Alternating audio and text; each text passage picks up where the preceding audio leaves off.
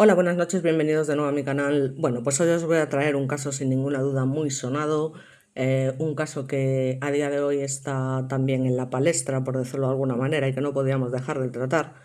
Y sobre todo, antes de nada y antes de comenzar un poco a contaros el caso, os recomiendo, por supuesto, que acudáis al canal de Félix Ríos, el criminólogo y experto en ciencia forense, que tiene su canal de YouTube y que participa en la famosa serie de Netflix que tantos problemas ha causado debido a una denuncia de la propia acusada, por decirlo de alguna manera, y que finalmente, como sabéis, ha sido emitida.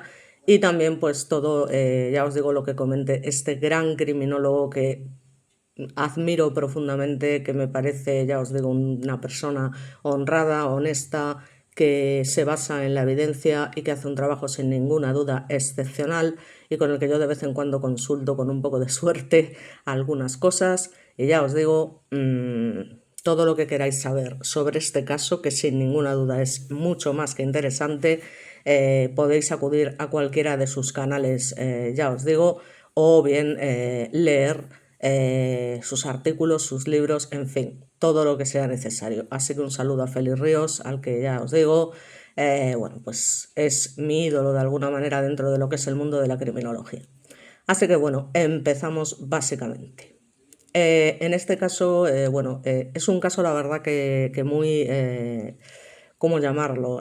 Muy rebuscado, muy planeado. La verdad es que la tía, la Angie en cuestión, en fin, ya os digo que cuando las mujeres se deciden a matar, tienen, digamos, algún tipo de suspicacia de la que carecen los hombres de alguna manera, ¿no?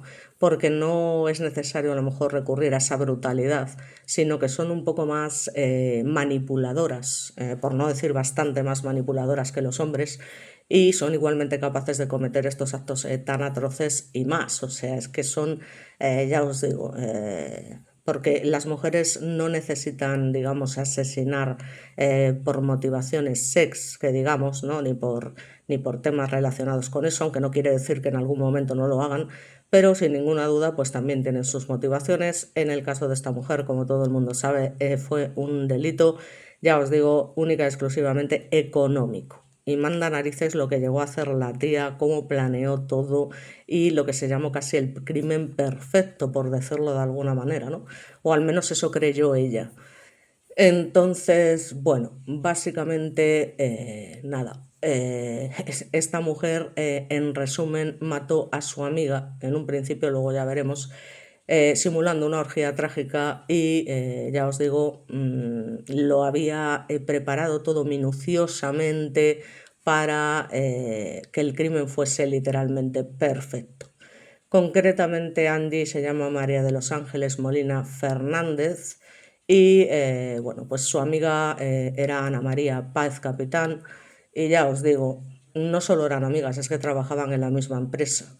La noche del 20 de febrero del 2008 se juntaron a cenar en Barcelona, ya que al día siguiente Ana María, bueno, al día siguiente Ana María la encontraron desnuda con una bolsa en la cabeza y semen de dos hombres en su cuerpo y digamos que esto convierte la historia de María Ángeles Molina en la historia de Angie la Fría y los motivos del crimen casi perfecto, como os comento. En fin, eh, digamos que, bueno, era la mañana del jueves 21 de febrero de 2008 cuando una empleada de limpieza de uno de los departamentos que se alquilaban con fines turísticos del número 36 de la calle Camprodón, en un coqueto barrio de Gracia, en Barcelona, abrió la puerta y en el sofá descubre el macabro hallazgo del cuerpo desnudo de una mujer. Lógicamente horrorizada, se dispone rápidamente a llamar a la policía. El cadáver estaba sobre un sillón de terciopelo lila. En la cabeza la joven tenía una bolsa de basura blanca ajustada a su cuello con varias vueltas de cinta aislante. En el piso había una peluca de pelo azabache y un par de botas negras muy sexys de caña altísima. Nada más, ni documentos, ni dinero, ni celular, ni otra ropa que pudiera identificarla. Y además el departamento estaba ordenado y limpio. Bueno, pues aquí tenemos una foto de la víctima, como podéis ver. Y bueno, básicamente los primeros detectives enviados al lugar pensaron que la escena era compatible, evidentemente, con una muerte por asfixia durante un juego sex mortal. Los peritos que fueron llegando hisoparon la boca y la vagina de la mujer. ¿Quién era esa joven muerta? Pues eso era lo que tenían que averiguar, básicamente. Y no fue cosa fácil, digamos, ¿no? Porque desde luego la escena estaba muy bien magistrada de alguna manera, ¿no? Lo había hecho, digamos, de una forma en parte magistral, ¿vale? A pesar de luego los errores del principiante que cometió, por supuesto. Digamos que para descubrir la identidad de la fallecida en tan extrañas circunstancias, lo primero era saber quién había alquilado ese departamento entre el 18 y el 21 de febrero de 2008. Con la colaboración de los dueños del inmueble, dieron con la tarjeta Visa con la que se había pagado y el nombre en el plástico era Ana María Paz Capitán, esta chica que vemos aquí que fue la pobre víctima. ¿Podría ser la misma joven que habían hallado? Bueno, en principio no lo pudieron corroborar porque las tarjetas de crédito, como sabéis, no llevan fotos. Poco después hallaron algo más. Había una denuncia por desaparición de persona en el barrio El Hospitalet. La había hecho la familia de Ana María Páez, de esta chica, una mujer de tan solo 36 años y que era diseñadora de modas. Carlos Carbajo, su pareja desde hacía 7 años, y los padres se habían presentado a hacer la denuncia porque la chica no había vuelto a su casa.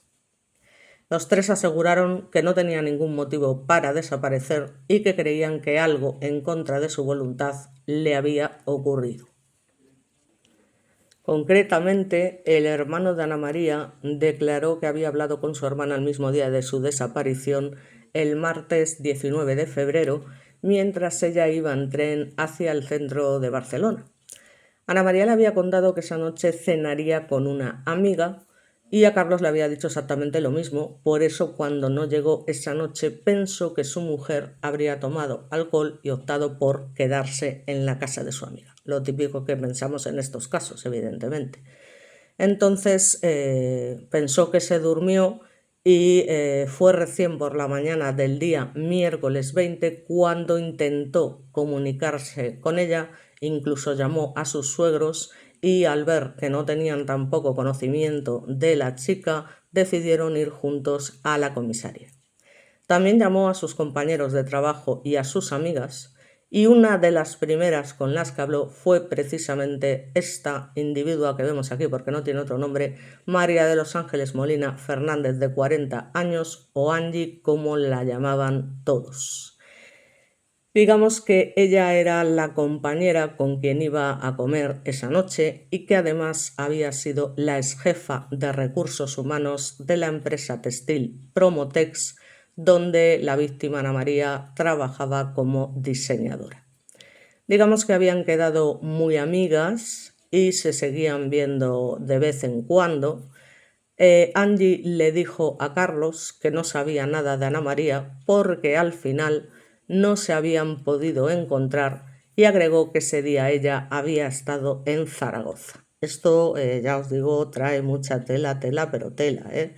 O sea, lo que llega a hacer esta mujer es alucinante, vamos, alucinante lo que tiene una mujer en la cabeza en ese sentido.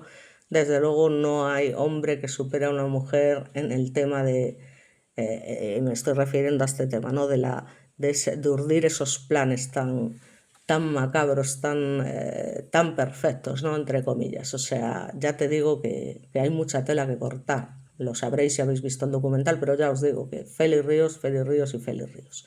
Bien. La policía detectó con rapidez que el nombre de la persona desaparecida coincidía con el de la tarjeta Visa que se había utilizado efectivamente para alquilar el departamento del barrio de Gracia, donde había aparecido un cuerpo. Tardaron poco en unir datos. Llamaron a los familiares de Ana María para que fueran a reconocer el cadáver y efectivamente y por desgracia Ana María era la persona fallecida. así que lo peor que se pudieran haber imaginado había sucedido. Ahora, evidentemente, se trataba de saber cómo había muerto, ¿no?, la pobre chica. En fin. Bueno, pues aunque no lo parezca, aquí tenemos una foto de nuestra querida Angie con su marido, del que también hablaremos, por supuestísimo, porque ya veremos esta tipa, bueno, en fin, luego hablamos. Digamos que la autopsia confirmó que, a pesar de haberse hallado lo del tema del semen y demás, no había abuso sexual y que el cadáver no tenía signos de violencia. Por lo tanto, bueno, pues Ana María efectivamente había muerto el martes 19 de febrero por asfixia por sofocación. La pregunta es si podía la víctima haberse puesto ella misma la bolsa y haberla precintado en su cuello para obtener mayor placer, sex. A ver, evidentemente no. La bolsa estaba demasiado bien cerrada, aparte de ser una cosa no rara, sino rarísima, y cualquiera sabría, obviamente, lo peligroso que eso podía ser. Entonces, bueno, digamos que los sabuesos pensaban que sin dudas allí había participado alguien más y que esa persona era quien se había llevado sus pertenencias, que, como os recuerdo, es que no se encontró absolutamente nada. Entonces, bueno, había muchas preguntas, sobre todo en relación al juego sexual, ¿no? Es decir, podía ser tratarse de este tipo de juego con un amante que terminó mal. Pues quizá, es probable, es posible, pero los detectives presentían que la escena era ficticia. Daros cuenta que, a pesar de los esfuerzos que se toma esta personaje, la Angie, en preparar a la perfección toda esa escena del crimen, ya desde un primer momento, porque os digo, es que las autoridades no son tontas. O sea, las autoridades no son tontas y es algo que no podemos dar por hecho, y aquí queda demostrado desde el minuto número 1, porque ya se dan cuenta que la escena estaba como armada, por decirlo de alguna manera, manipulada, llámale X, ¿no? Así que el departamento estaba demasiado prolijo. Y si hubieran asesinado a esta chica, porque ella no había luchado o intentado quitarse la bolsa de la cabeza, si ese era el caso, podría ser que hubiese estado drogada y eso justificaría la ausencia de lucha, pero en la autopsia pues no se pudieron detectar restos de ningún narcótico específico, aunque explicaron que hay sustancias volátiles que ya sabemos que, si se analizan pasado el tiempo, como hemos visto en el caso de las envenenadoras y demás, pues no dejan rastros, lamentablemente. O sea, esto es así. La policía científica reveló que lo que sí habían encontrado en el cuerpo, ya os digo, era semen de 2 hombres, uno concretamente en la cavidad vaginal y otro en la cavidad bucal. ¿Podría ser que Ana María llevase una doble vida? Bueno, la familia lo niega de manera tajante, como es obvio, y los investigadores no pudieron hallar nada que indicase que esa versión pudiera ser cierta. Es decir, era una mujer joven, activa, con pareja y trabajo estable. Entonces llega un momento en que parece que se encuentran en un callejón sin salida, ¿no? Digamos. Bueno, en el mientras tanto fue el funeral de Ana María y Angie, su amiga y ex jefa, asistió al entierro llorando a mares. Bueno, aquí sin duda otra persona que cambia de aspecto, no lo siguiente, ¿no? Porque la que vemos primero es la víctima y en el otro lugar pues está Angie, como os comento. Perdón. Está también la víctima en otro momento concretamente, y ya os digo que, en fin, es una imagen que sin ninguna duda deja firma, ¿vale? De alguna manera. Sin ninguna duda habían construido un vínculo, ya os digo, a pesar de que Ana María Paz Capitán fuese echada, digamos, de la empresa o de la firma, por decirlo de alguna manera. Entonces, bueno, la investigación continúa y básicamente pues llegan a la conclusión de que no es un suicidio, que no es accidente. Entonces se abocaron a pensar en el móvil, pero ya sabemos que es en la motivación para un crimen. Aquí es donde empieza a surgir en la investigación una pista concreta. digamos que detectan una extracción de la cuenta corriente de Ana María de 600 euros y que además había sido el mismo día de su desaparición a las 9 de la mañana por caja. Entonces, claro, era raro porque la víctima ahora estaba en su trabajo y en las imágenes se vio a una mujer de pelo negro al que el empleado de la sucursal bancaria reconoció como la que sacó el dinero. Pero claro, dice, no es Ana María. La pregunta es, ¿quién es entonces? Bueno, básicamente al mostrarle a Carlos, pareja de la víctima, la grabación de las cámaras de seguridad, él ratifica que no es su mujer, pero sin embargo dice que es Angie, la amiga con la que tenía que cenar su mujer esa noche, ya que asegura conocerla bien y además asevera que en la imagen lleva colocada una peluca negra, así que ya veis lo que tardan en desmontar toda esta maniobra que prepara con tanta o con tanto cuidado, en teoría, ¿no? En este punto, los detectives de homicidios empiezan a enfocarse en la mujer amiga jefa que iba a cenar con ella en la noche en la que casualmente Ana María iba a morir. María de los Ángeles Molina Fernández, alias Angie. Por tanto, la joven fue citada a declarar como tantos otros testigos. En estas declaraciones ella admitió conocerla y dijo que ese día nunca habían realmente pensado en comer. La historia aseveró fue que Ana María le había pedido que le siguiera el juego con el tema de la comida. Insinuó que ella, digamos, llevaba una doble vida y que le había solicitado básicamente que la cubriera. Entonces, efectivamente, Ana María había concertado una cita sex a escondidas de su marido y le había pedido a esta individua Angie que fuese su coartada. Bueno, pues esto es lo que sugiere evidentemente la asesina Angie y así también se lo reconoció a los padres de su amiga. Además, aseguró que el día en que su amiga murió, que esto también, por eso os digo que la tía le dio a la cabeza, ¿vale? Aunque se le cayó todo desde el minuto número 1, ella estaba en Zaragoza. Había viajado a esa ciudad casualmente para recoger las cenizas de su madre, que además había muerto un año antes. Qué casualidad que justo se va a buscar estas cenizas después de un año y justamente en el momento de la muerte de su amiga. Además, el problema fue que, claro, esto fue corroborado a la policía por los de la funeraria. Efectivamente, la clienta había estado allí, había ido a retirar la urna, aunque, claro, solo había estado 10 minutos. Entonces, claro, en este punto la policía dudaba, ¿no? Comenzaron a preguntarse si era posible que Angie hubiese hecho las dos cosas, que fue buscar las cenizas y además matar a Ana María. Entonces, bueno, creían estar frente a un crimen, pero claro, había que probarlo, como siempre. Entonces, digamos que recrearon literalmente el camino y comprobaron que era posible ir en auto hasta Zaragoza y volver en el mismo día, ya que la distancia entre una ciudad y otra era solamente de 311 kilómetros. Bueno, aquí la tenemos simulando ser su amiga, Ana María Páez, con la famosa peluca, pero que es reconocida de inmediato por el marido de esta. A ver, vamos a poner un poquito más la imagen de ella en particular. Bueno, evidentemente la imagen es lo que es porque está captada pues, con la cámara del banco, ¿vale? Para ser exactos.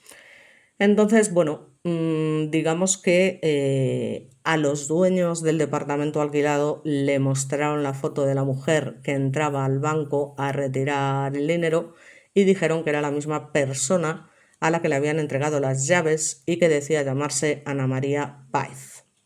Por tanto, el que terminó por corroborar las cosas fue Miguel, la pareja de ese momento de Angie, que bueno, fue a declarar por iniciativa propia y dijo que la había visto muy alterada la noche en cuestión y que sospechó que pasaba algo. Por eso había decidido volver a su departamento y fue ahí donde encontró, detrás de la mochila del inodoro, documentos que incriminaban a su novia. Bueno, aquí tenemos una imagen bastante mejor, ¿vale? De cómo ella entra al banco, ya os digo, y sale con la peluca y demás.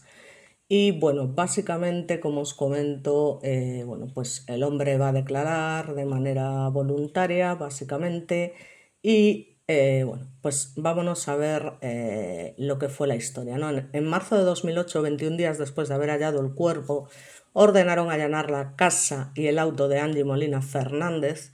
En el allanamiento se descubrieron la tarjeta Visa de Ana María con la que había pagado el alquiler del departamento, fotocopias de todos los documentos de la víctima, los papeles de los créditos y una peluca rubia que había usado Angie para contratar las pólizas de seguro. Por tanto, Angie quedó detenida, acusada del crimen, por lo tanto maniobrar para ser descubierta a los pocos días, en fin. Pero vamos, no deja de ser curioso, ¿no? La mente de... hasta dónde puede llegar la mente de una persona, joder, sin ninguna duda, porque tela marinera lo que urdió esta tipa. Digamos que la policía pidió pruebas grafológicas y estas certificaron que las firmas de Ana María habían sido hechas por las manos de Angie. La investigación dirigida por Josep Porta descubrió más cosas, por ejemplo, las búsquedas que Angie había hecho en internet sobre cómo se puede dormir a un animal, sobre cloroformo y otros fármacos y sobre locales de prostitución masculina. Para que veáis, o sea, tela marinera la señora. Siguiendo esta última pista fue que llegaron hasta un local de Gigolos donde el dueño reconoció la foto de Angie. Así que fue reconocida y fue dejando huellas por todas partes la tía, con lo cual, en fin, era la mujer que había contratado a dos jóvenes de origen latinoamericano para un pedido extraño que era literalmente llevarse su semen. Ya os digo, es que hay que tener una mentalidad, en fin, picolín. Bueno, aquí tenemos la famosa foto que no es de muy buena calidad, pero bueno, es una foto archiconocida por todos, creo.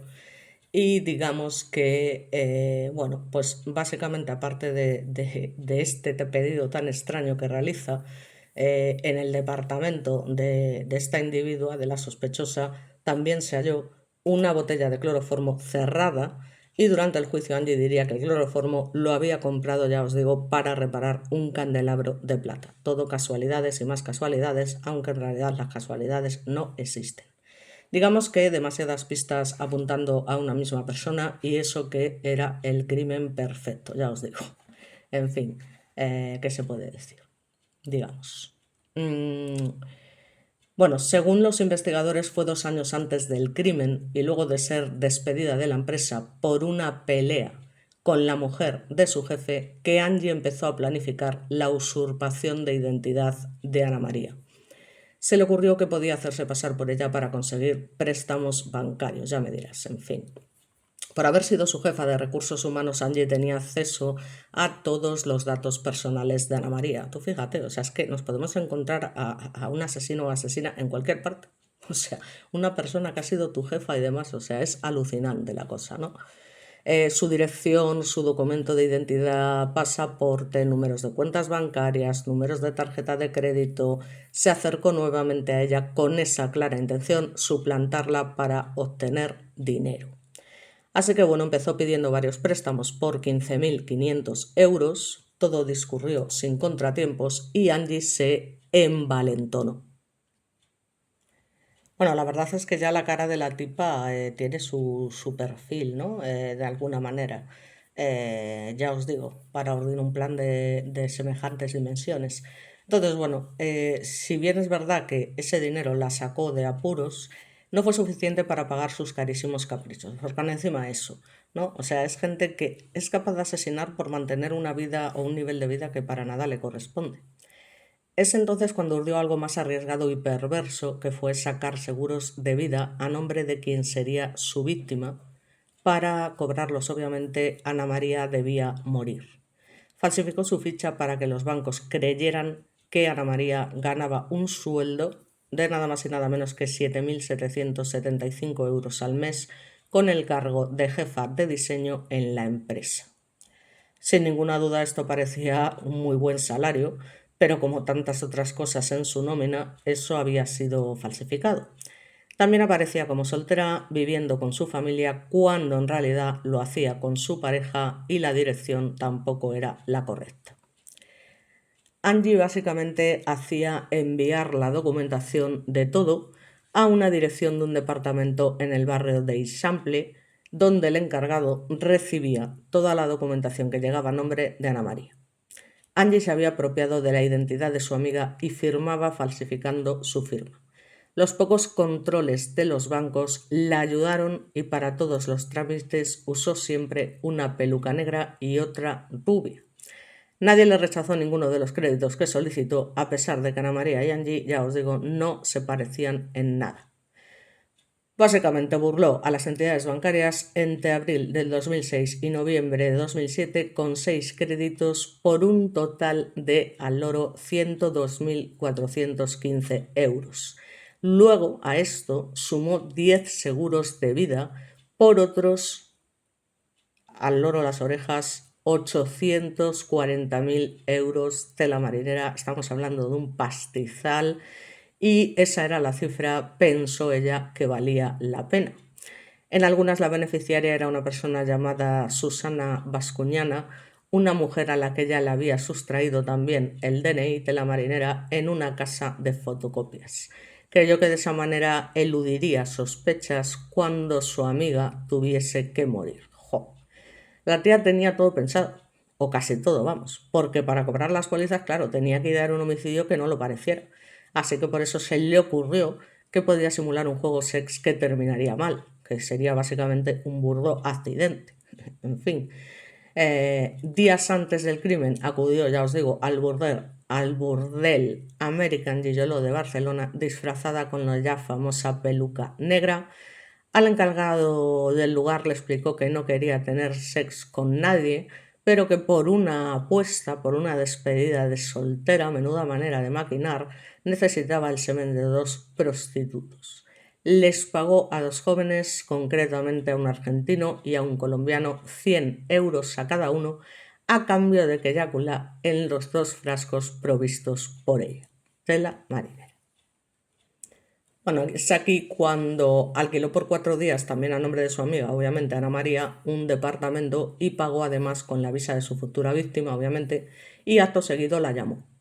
Le dijo concretamente que quería mostrarle el departamento que acababa de comprar en ese elegante barrio, que la quería invitar a cenar y había puesto en marcha la parte más siniestra de su plan. El 19 de febrero de 2008 salió de su casa y fue a retirar dinero de la cuenta de Ana María, donde quedó grabada con la peluca negra, y luego partió hacia Zaragoza en su deportivo Porsche 911, ya os digo, la tía, era su coartada. Su paso por los telepeajes quedó grabado. Al llegar se dirigió a pompas fúnebres para recoger esas cenizas de su madre, que ya os digo, había fallecido el 22 de enero del 2007, y entonces regresó rápidamente a Barcelona para la cita a comer con su amiga. Esta vez pagó los peajes en efectivo para no quedar registrada volviendo a la ciudad. Ya os digo, es que tela marinera, ¿no? La mente de la tía esta, o sea, es increíble lo que se le pasa por la cabeza a la gente por una motivación tan ruin como el dinero. O sea, es que es alucinante lo que es capaz de hacer. O sea, yo alucino. En fin, a las 7:55 llamó a la víctima para confirmarle que estaba llegando.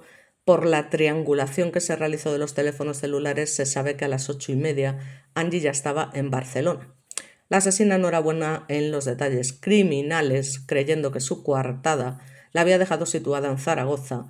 Olvidó que podían seguir el rastro de su móvil cuando fue al encuentro con su víctima. Por lo que ya os digo, mucho maniobrar, mucho calcular, mucha frialdad, pero a la primera de cambio ya se habían dado cuenta de todo. Porque claro, a veces los planes son tan complejos que al final, precisamente por esta complejidad, terminan siendo pues más evidentes, ¿no? Por decirlo de alguna manera. Así que bueno, digamos que una vez en el departamento esperó la llegada de Ana María, bebieron y comieron. Sería en ese momento en que la habría drogado, aunque la autopsia no pudo determinar con certeza con qué podría haberse valido Angie. Podría ser cloroformo o bien algún otro tóxico de eficacia análoga, según se dijo posteriormente.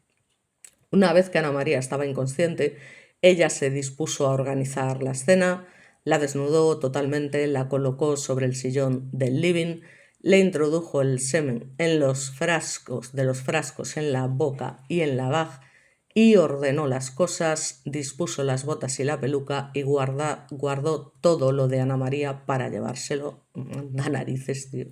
Luego colocó la bolsa cubriendo su cabeza y la aseguró con cinta, por lo que, como podéis comprender, la indefensa víctima no podría quitársela, por lo cual ya hay un asesinato claro con alevosía, sin ninguna duda, ¿no?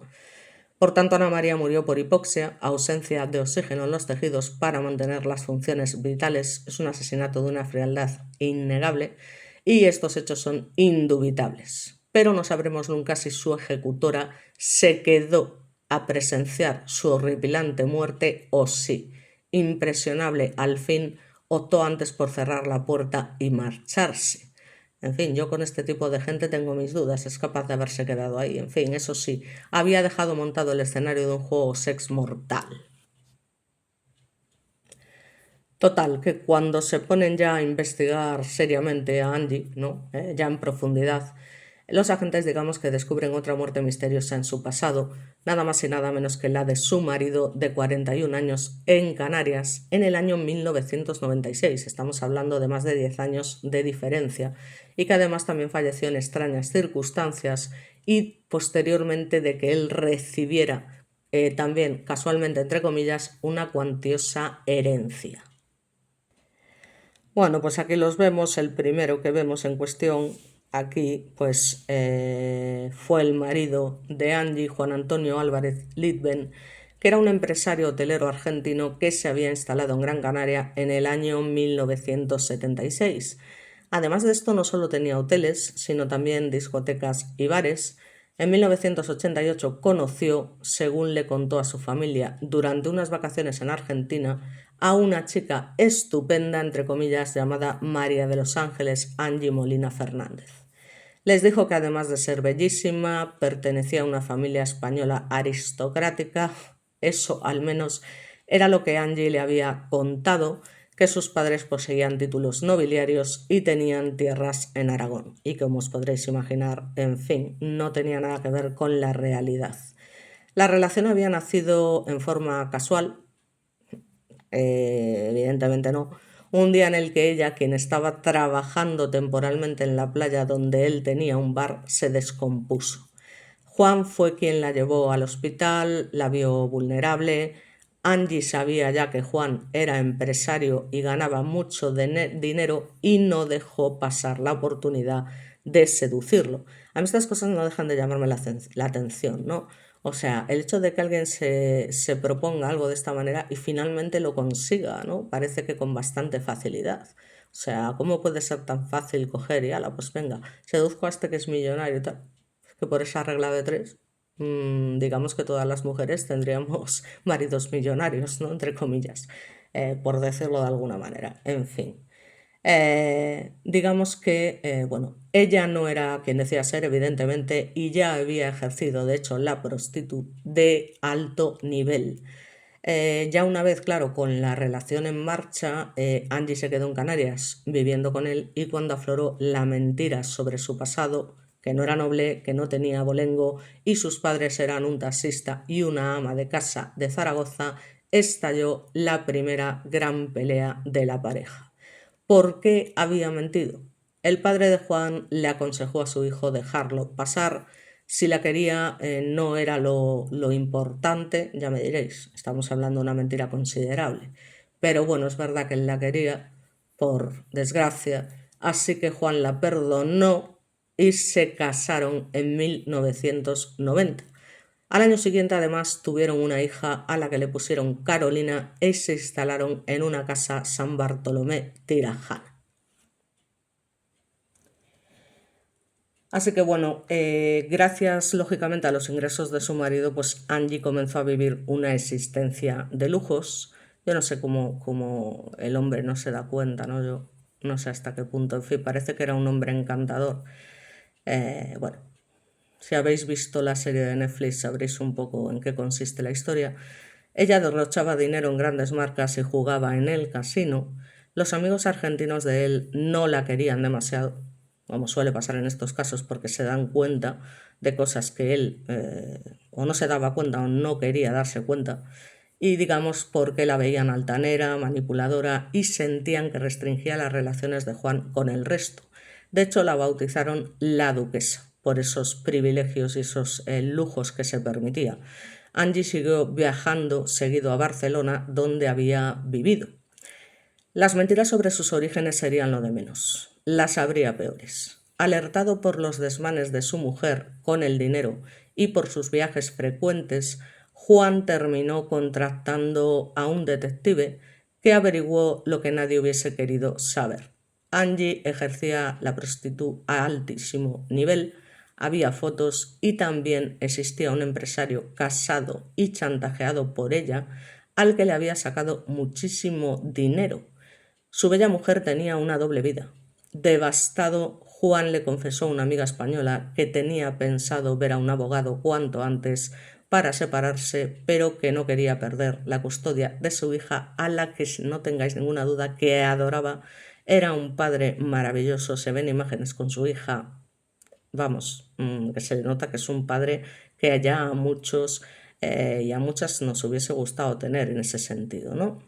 Juan llegó a hablar del divorcio con Angie y la amenazó con que todos se enterarían de quién era ella realmente, y con ese tenso escenario desplegado, Angie se fue a Barcelona con su hija a pasar unos días y Juan no llegó a hacer nada de lo que había dicho. Bueno, aquí la vemos en otra de sus muchas fotos con dos Yorkshires, como podéis ver, que en ese momento eran perros muy caros, por decirlo de alguna manera, para aquellos que los compraran en lugar de adoptarlos. Y bueno, pues básicamente el 22 de noviembre de 1996 el hombre pues murió en su casa. Lamentablemente cayó desplomado en el suelo de su habitación después de haberse tomado una ducha y después de haber jugado al pádel con sus amigos. En fin. Angie fue quien lo encontró el día en que volvió, también casualmente, entre comillas, con su hija desde Barcelona. Juan estaba desparramado en el piso de la suite que compartían, desnudo, al lado de una toalla húmeda. Parecía que se había querido agarrar a las sábanas, ¿no? Al caer, y además había vómito sobre ellas. Por tanto, claro, la autopsia reveló que había muerto envenenado por ion fosfato, que es una sustancia extremadamente tóxica habitual en productos de limpieza y fertilizantes. Manda narices. En el funeral no se vio a Angie demasiado conmovida, pero como desde el principio las autoridades creyeron, ya me dirás tú, que había sido un suicidio, no sacaron fotos de la escena, ni de la cocina, ni de nada.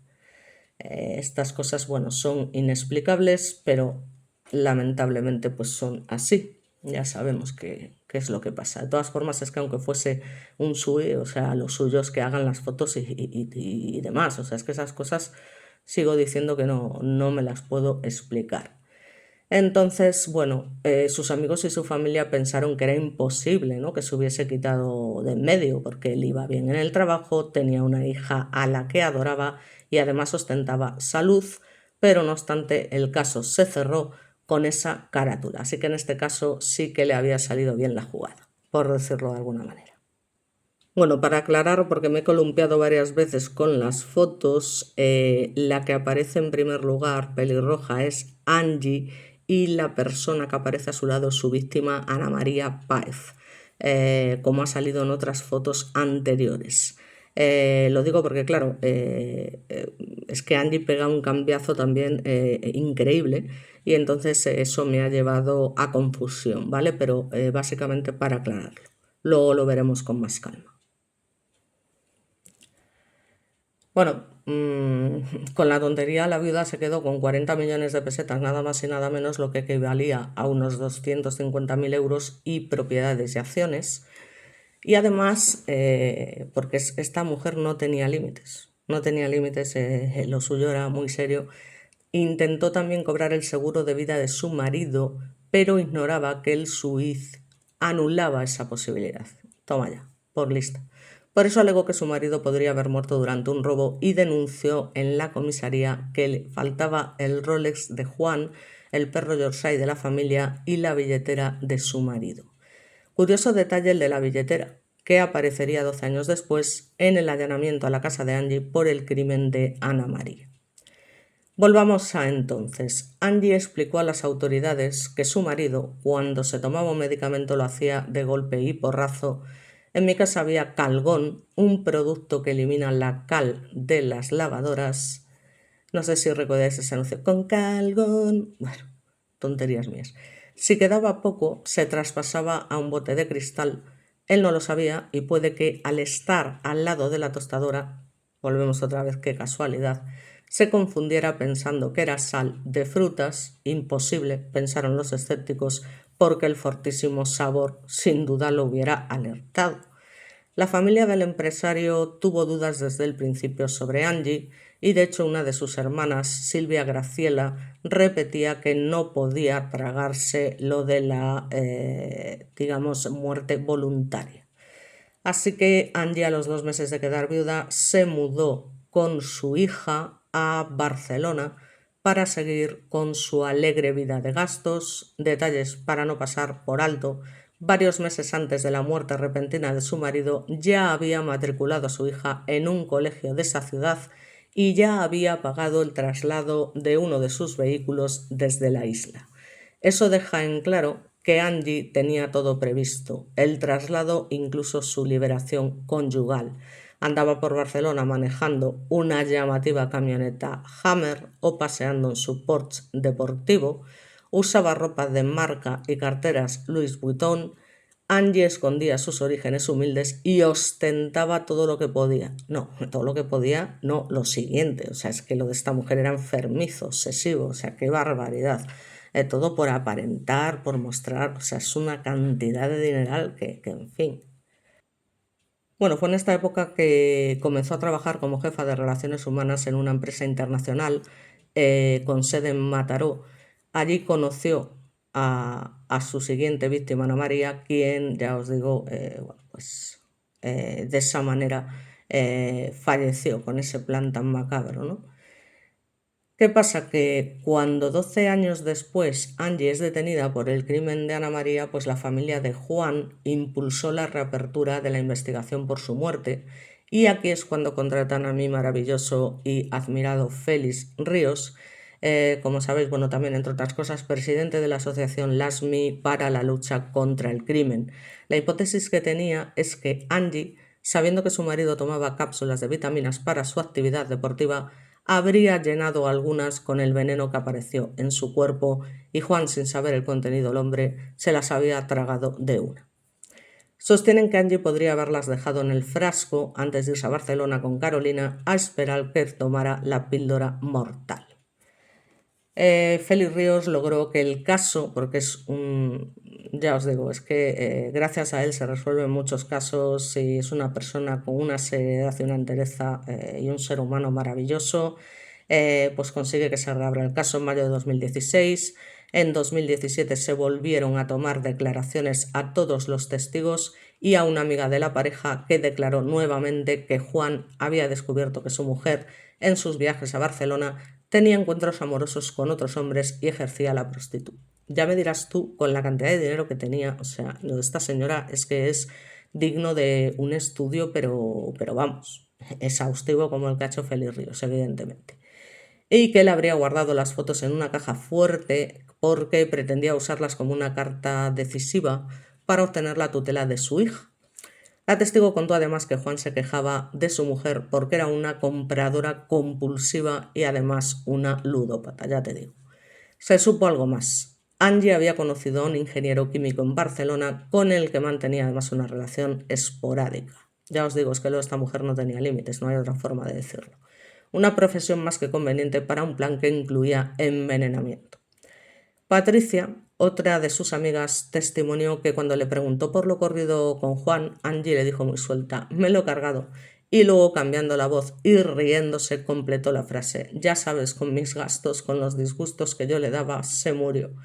En fin, qué frialdad. Al resto de los amigos les dijo que Juan había muerto de un enfisema pulmonar agudo.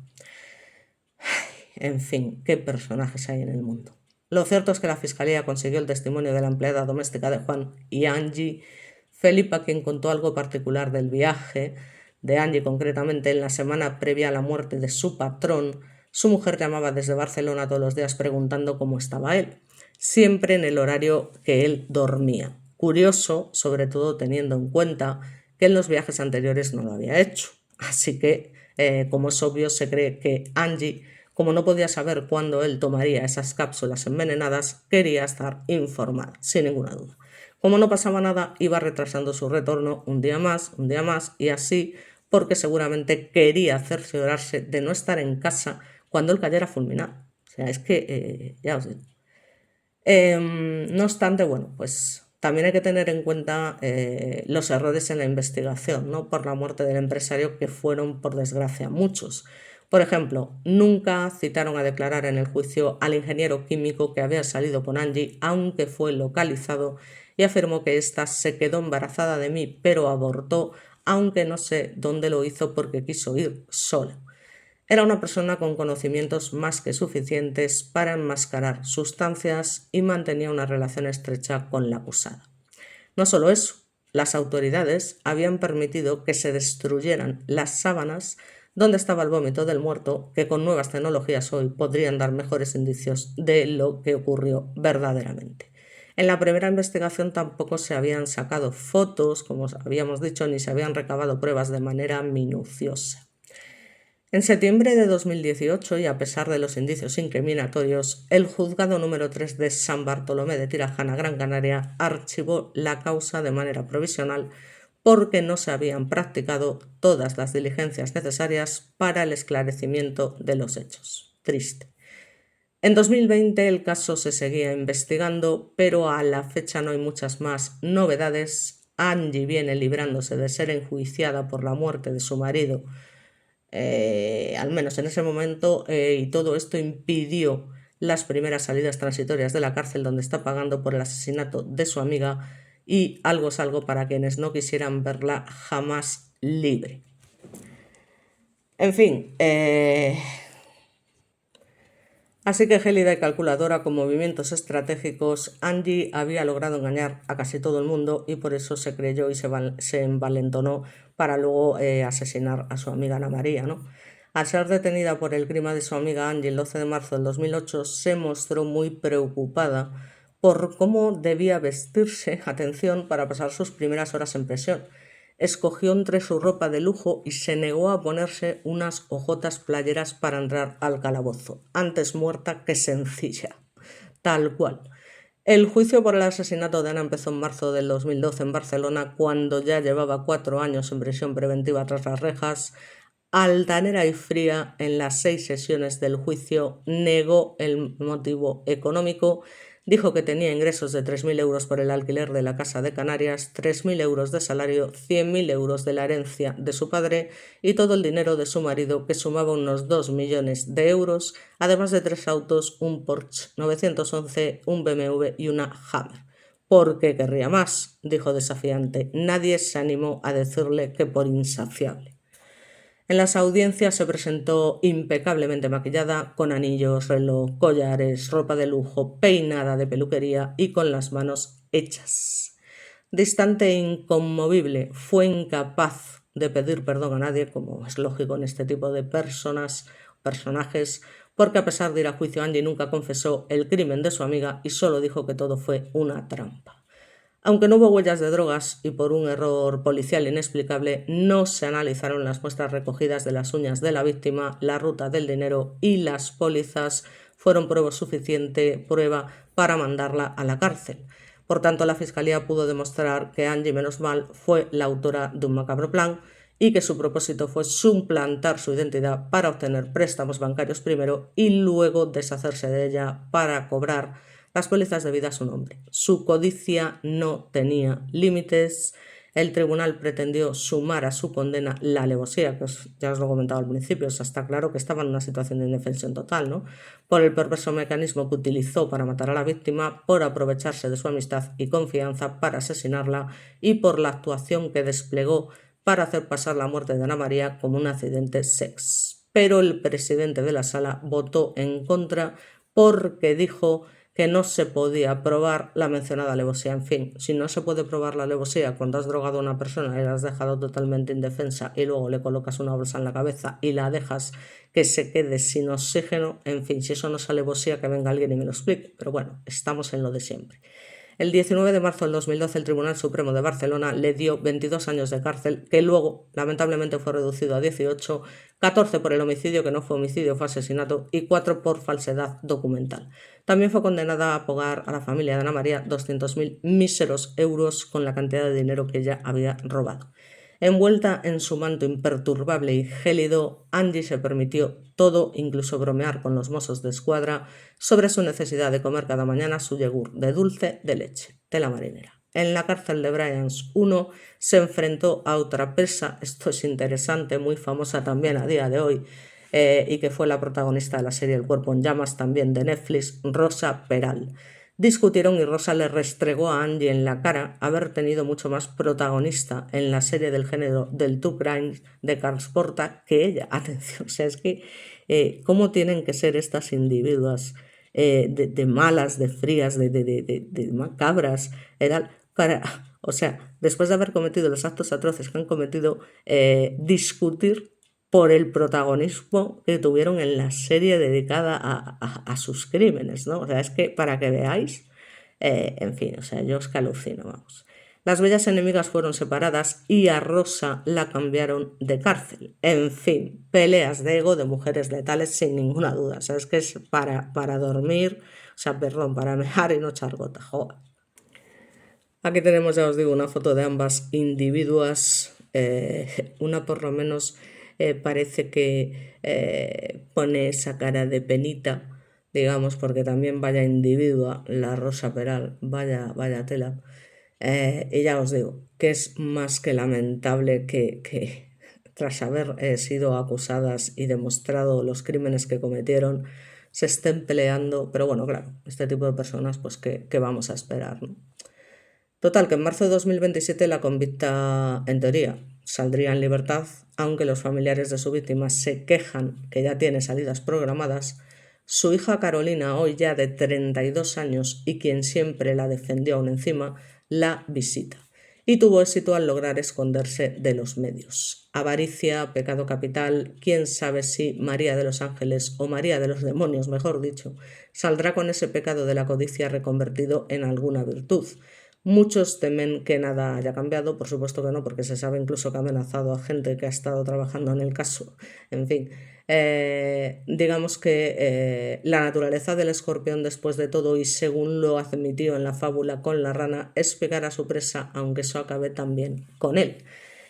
Y bueno, lo que sí sabemos a día de hoy, y bueno, que sepáis que actualmente, concretamente por el mes de marzo de este mismo año, bueno, pues fuentes cercanas al caso comunican que la mujer fue detenida en esta fecha cuando disfrutaba de un permiso penitenciario y que ha pasado a disposición de un juzgado de instrucción de Tarragona, donde ya os digo, era donde cumplía prisión por asesinar a Ana María y demás, porque está acusada de conspirar para cometer un nuevo crimen desde el centro penitenciario más de Enric, en el que ya os digo que estaba cumpliendo condena. Y bueno, no vamos a nombrar, entre otras personas, a las que se supone que quería asesinar, bueno, que son esas personas que están trabajando directamente para que pueda pagar también por el asesinato de su marido, literalmente. Y luego ya para terminar, bueno, pues está el tema de la polémica del documental de Netflix, Angie, Crimen y Mentira, que ya lo podemos ver por suerte, porque en un principio ella tiene el descaro y la desfachatez de pedir, digamos de alguna manera, que por orden judicial se suspendiese su estreno. Básicamente porque decía que se mostraban imágenes suyas antes de cometer los delitos y que esto pues no era legal. Entonces, efectivamente, bueno, pues el día 1 de mayo de 2025 una orden judicial suspendía el estreno del nuevo True Crime, que ya os digo es la producción sobre uno de los casos más sonados de España, el asesinato de Ana María Páez. Y bueno, aquí tenemos la verdadera imagen de Ana María, para que no haya confusiones de la pobre víctima, ya os digo. No obstante, seguimos. Digamos que fue la propia Angie quien conseguía parar el estreno, ya que aseguraba, ya os digo, que en el documental se mostraban imágenes personales previas al crimen, para cuyo uso no se contaba con su consentimiento. O sea, manda huevos. De todas formas, bueno, pues sin mayor promoción, Netflix terminó colgando en su plataforma esta producción de 2 capítulos que va más allá de lo que se sabía de Angie. Y ya os digo, hace un recorrido paso a paso por el asesinato de esta chica, Ana Páez, trazando un perfil de Angie que arranca mucho antes del suceso y que, digamos, es una mirada al pasado que conecta con el eterno caso pendiente de la condenada, entre otros la muerte de su marido Juan Antonio en extrañas circunstancias en el año 96, ¿no? Así que, bueno, ya os digo, en este documental participa Félix Ríos, es un documental que está muy bien contado y ya os digo que estamos hablando de una mujer que no tiene, vamos, parangón, o sea, en fin, es que no sé cómo llamarlo. Y ya os digo, para el criminólogo Félix Ríos hay un precedente a lo sucedido con Ana Páez, que es efectivamente el crimen perfecto, que en realidad fue la extraña muerte de su entonces marido, ya os digo, el argentino Juan Antonio Álvarez, un adinerado profesional del ocio nocturno en Gran Canaria.